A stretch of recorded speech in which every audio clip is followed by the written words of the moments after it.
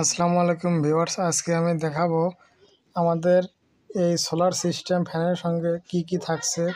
তো যারা আমাদের থেকে ফ্যান নিয়েছেন তারা কিভাবে কোথায় কোন তারটি সংযোগ দিবেন সেগুলো আমি দেখিয়ে দিব। তাদের জন্য মূলত এই ভিডিওটি।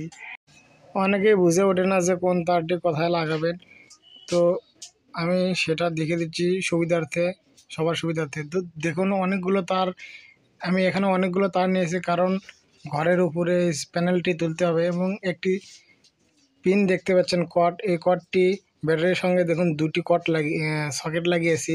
একটি সকেটের ভিতর এই সোলারের কটটি ঢুকিয়ে দিচ্ছি আমি। অপর পাতে দেখুন আরেকটি সকেট কিন্তু অবশিষ্ট আছে।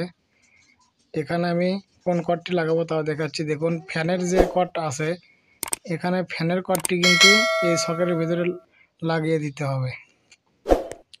এখন দেখুন ফ্যানটি কিন্তু ঘুরতেছে।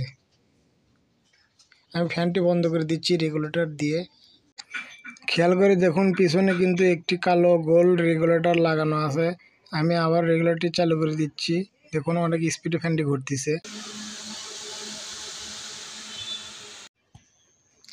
এইভাবে করে আপনারা কিন্তু সংযোগ দিয়ে ফ্যানটি ইউজ করবেন।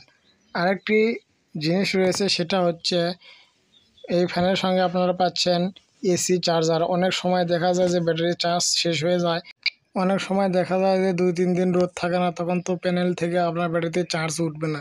এজন্য আমরা এই এসি চার্জারটি দিচ্ছি। এটা কারেন্ট থেকে আপনাদের ব্যাটারি কিন্তু চার্জ করতে পারবেন। তো যখন চার্জ করবেন তখন আপনার প্যানেলের তার ও ফ্যানের তার দুইটাই কিন্তু, এই দুইটি কট কিন্তু খুলে নেবেন। নেওয়ার পরে এই চার্জারটি কারেন্টে ঢোকানোর পরে সবুজ আলো জ্বলবে। এখন ব্যাটারির যে কোনো একটি সকেটে, দুই পাশে যে কোনো একটি সকেটে লাগিয়ে দিবেন, তাহলে কিন্তু চার্জ হয়ে যাবে, চার্জ নেবে কিন্তু এই ব্যাটারিটা। দেখুন আমি ঢুকিয়ে দিচ্ছি। ঢুকিয়ে দেওয়ার সঙ্গে সঙ্গে কিন্তু চার্জারটি কিন্তু লাল আলো জ্বলছে, লাল এলইডি সিগন্যাল জ্বলছে। চার্জ ফুল হয়ে যাওয়ার পর কিন্তু এই এলইডিটি সবুজ হয়ে যাবে।